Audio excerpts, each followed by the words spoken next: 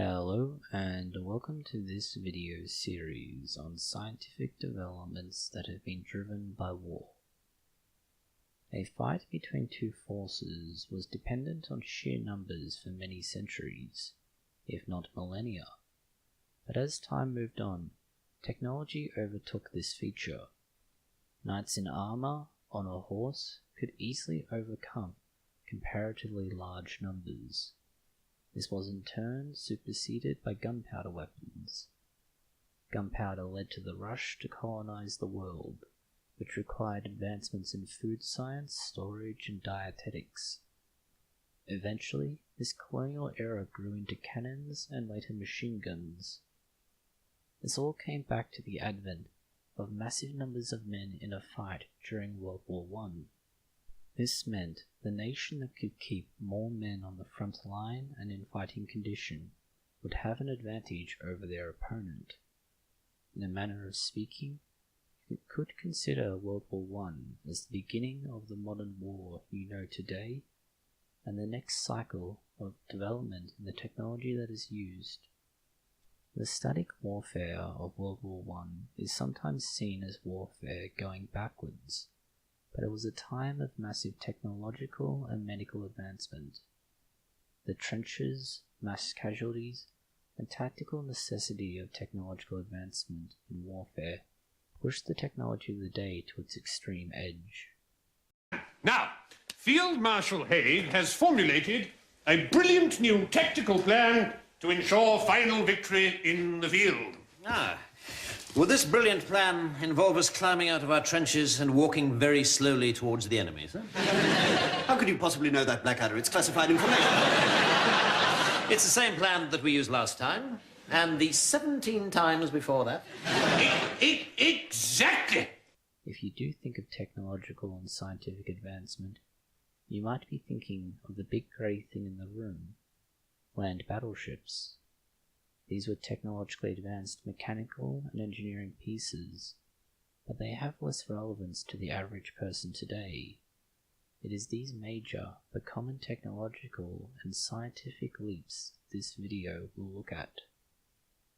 To understand just what horror was faced and what effect it had, remember this quote from one hospital dealing with the broken minds and bodies of the men who fought in World War I. We had 2 night watchmen, both wounded very badly in World War I. They had gone through facial reconstructive procedures after the war, but the price they paid for their country was unbelievable. They were so disfigured, only night work was possible, and they never looked us in the face, but we, the nurses, began to feel comfortable with them, feed them a sandwich and a cup of tea on a cold night. Stan, the one I knew best, told me he had never had a family, never been to a dance, never enjoyed a girlfriend, even before the war. It is from this background that we can look at the developments in technology, science, and medical care that stem from 4 years of hell. The most relevant and first that comes to mind is transfusion equipment. Before 1917, if you were a soldier who survived a charge over the top, you were likely to be injured, and injured quite badly. For every year you served on the front, there was a 9 to 10% chance of dying, and 13.24% chance of being wounded, an approximation of 1/4 of all soldiers. These wounded soldiers would be a product of gunfire, shell shrapnel, and bayonets, to name a few possible sources of injury. These are all going to cause massive blood loss. As you travel to the casualty clearing station, and then the medical station, you are losing blood and slowly but surely dying. You need blood urgently. As it is in the early days of blood-based medicine, there are no blood banks of the kind you would know today, or advanced storage methods, which means a transfusion needs to be done on an as-needs basis. This means the nearest source for a blood donation is another soldier. This leads to portable transfusion kits.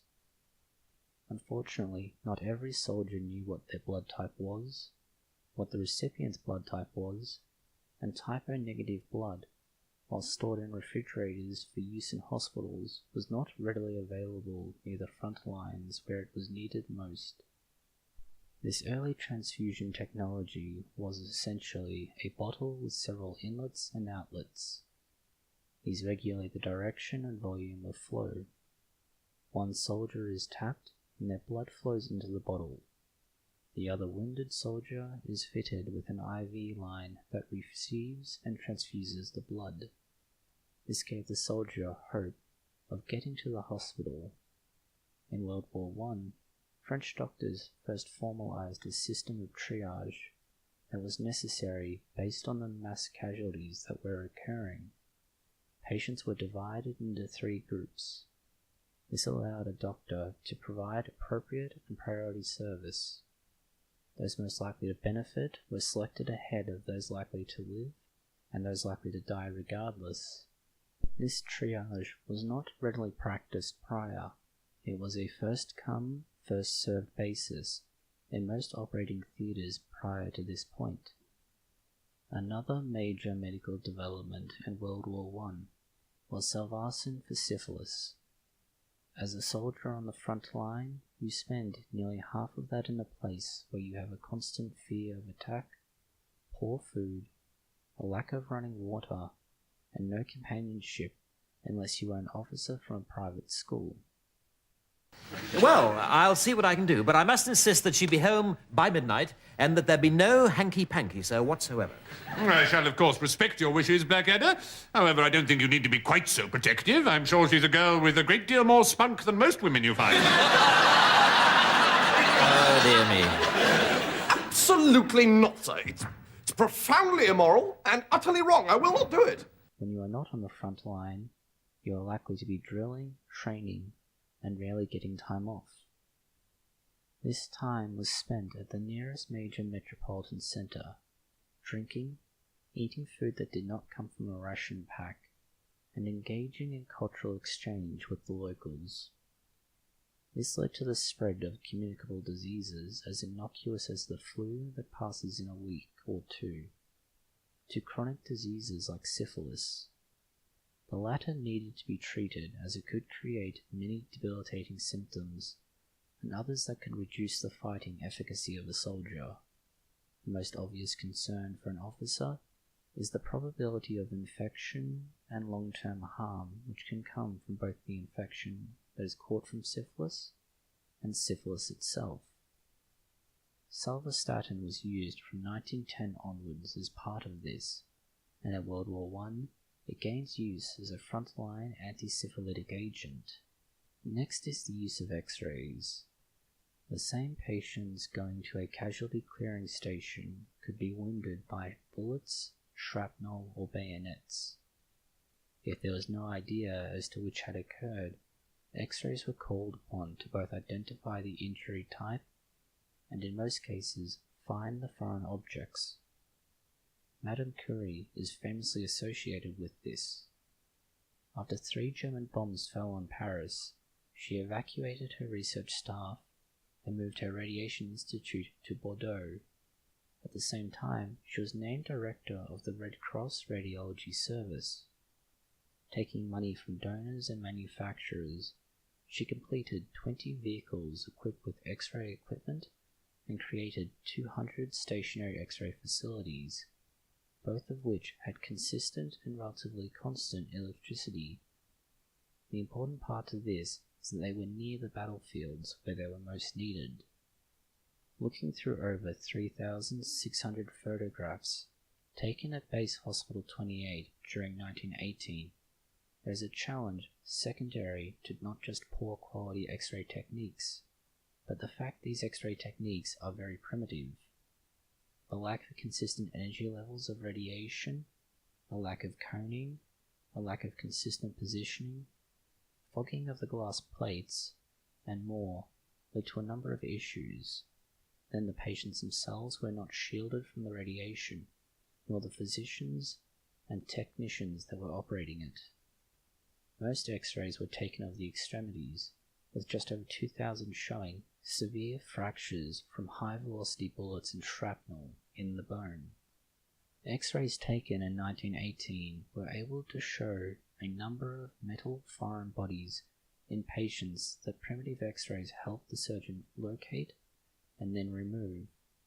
Given that these are lead-based projectiles in many cases, there was a reduction in lead toxicity and other complications from retaining a foreign body.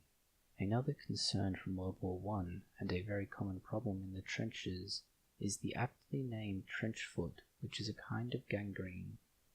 Many had to have limbs amputated as they had become infected and were at risk of dying from gangrene. Actions taken within the trench to control this are a form of public health intervention. Further to the problems of gangrene were other viral and bacterial infections like tetanus. Tetanus is caused by a bacterium, in particular the Clostridium tetani. Its symptoms include rigidity and muscle spasms, and has developed the name lockjaw. This gets into the body by entering through an open wound, where the spores then become alive and proliferate. In doing so, they release a toxin which creates those symptoms. By 1914, the British and French armies had developed a tetanus antiserum. This was given to patients who had dirt in their wounds. This was made by harvesting serum from horses that had been injected with a modified version of the tetanus toxin. It was effective, but carried some complications. It would not be until 1924 that an effective vaccine was developed. Another major achievement of World War I was in the fields of psychiatry, with the rank and file often neglected in favour of the officers. The lives of these officers are well described in a book called Regeneration by Pat Barker, which, while not on the same level as All Quiet on the Western Front, is still an insight into the recovery of soldiers, especially officers, in World War I. These men found themselves held in place, waiting to either receive the enemy or charge into the enemy. This life, when coupled with shelling, snipers, poor conditions, and the effect of battle, led to a range of conditions. The best known of these is called shell shock. One letter from a soldier describes it as, "You may be a little surprised to hear that I am in the hospital suffering from shell shock, which has taken away my speech and hearing. It is some 16 days now since it happened." By 1916, military and medical professionals in all of the armed services were trying to develop ways of managing the mentally injured soldiers. Men had long been breaking down in wars, but it was not until World War I that it achieved the scale that presented such a significant problem. Not only did it drain morale, but it also substantially weakened the manpower of those fighting forces. It is estimated that over 80,000 cases were found among the British armies on the Western Front, and that the German estimates range from 200 to 300,000. It is estimated that the French troops were affected at a similar or possibly higher rate than either the British or German forces. The first of these cases are reported appearing after the Battle of Mons in 1914. They included a number of symptoms ranging from tics and trembling through to functional paralysis, blindness, deafness, speech disorders, and stuttering. These issues prevented the soldier from fighting on the front. It had long been understood that a soldier needed a strong form of conviction in order to be able to fight in a battle like this. As a consequence, the psychiatric profession attempted to deal with these soldiers. Unfortunately, there were so many, and they were relatively ill-equipped for what they viewed as a new disorder, that they initially had a lot of trouble in resolving the soldiers' psychological issues. This led to many soldiers either being returned to the front in an unfit state, discharged from duty, or worse yet, carrying on the injuries they sustained long after the war was ended. The 4 years of World War I took a substantial toll both on the staff and patients of these facilities, and there were great efforts made towards resolving the issues that were known as shell shock. As a final advancement from World War I, let's look at plastic surgery. The weapons used during the First World War, like heavy artillery, machine guns and poison gas, created injuries at a scale unseen before and at a severity unimaginable. Unlike other forms of injury, those to the face are not easily resolved on the front line, and soldiers would often be sent back, even as far as back to London, to receive treatment. This was after they had had their initial injuries stitched together in an ad hoc manner to keep them alive and allow them to travel back to the cities where they could receive more appropriate treatment.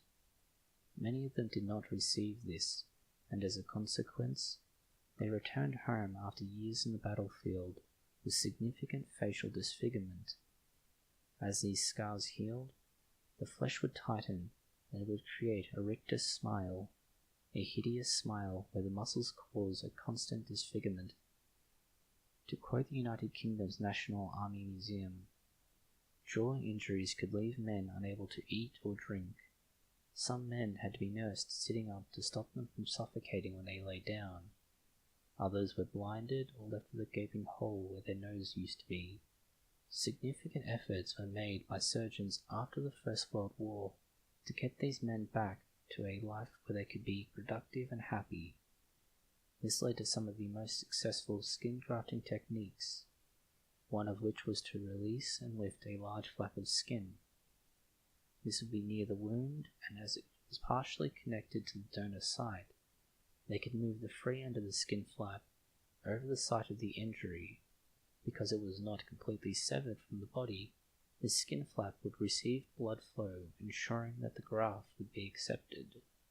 In some ways, this is very similar to how burn victims were treated for decades afterwards.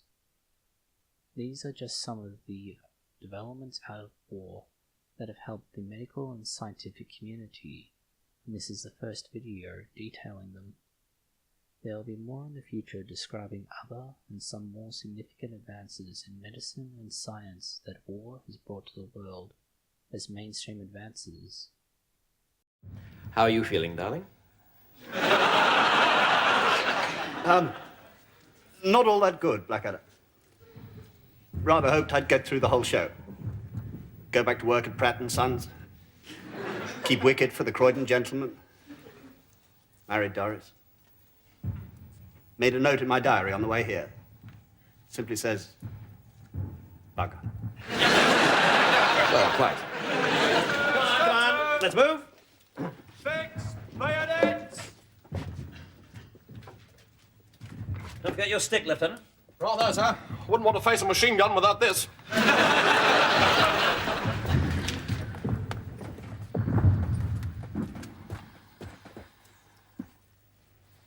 Listen, our guns have stopped. You don't think... Maybe the war's over. Maybe it's peace. Oh, hurrah! The big knobs have got round the table and yanked the iron out of the fire. Thank God. We lived through it. The Great War, 1914 to 1917. Hip, hip, hooray! I'm afraid not. The guns have stopped because we're about to attack. Not even our generals are mad enough to shell their own men. They think it's far more sporting to let the Germans do it. So we are, in fact, going over. This is, as they say, it. I'm afraid so. Unless I can think of something very quickly. Company, one pace forward. Oh, there's a nasty splinter on that ladder, sir. A bloke could hurt himself on that. Stand ready. I have a plan, sir. Really, Bulrick? A cunning and subtle one? Yes, sir. As cunning as a fox who's just been appointed Professor of Cunning at Oxford University? Yes, sir. On the signal, company will advance. Well, I'm afraid it'll have to wait. Whatever it was, I'm sure it was better than my plan to get out of this by pretending to be mad. I mean, who would have noticed another madman around here? Good luck, everyone. Thank you for watching this video. If you have found it interesting or useful, consider liking, sharing, and subscribing. Please post any comments, questions, or suggestions below.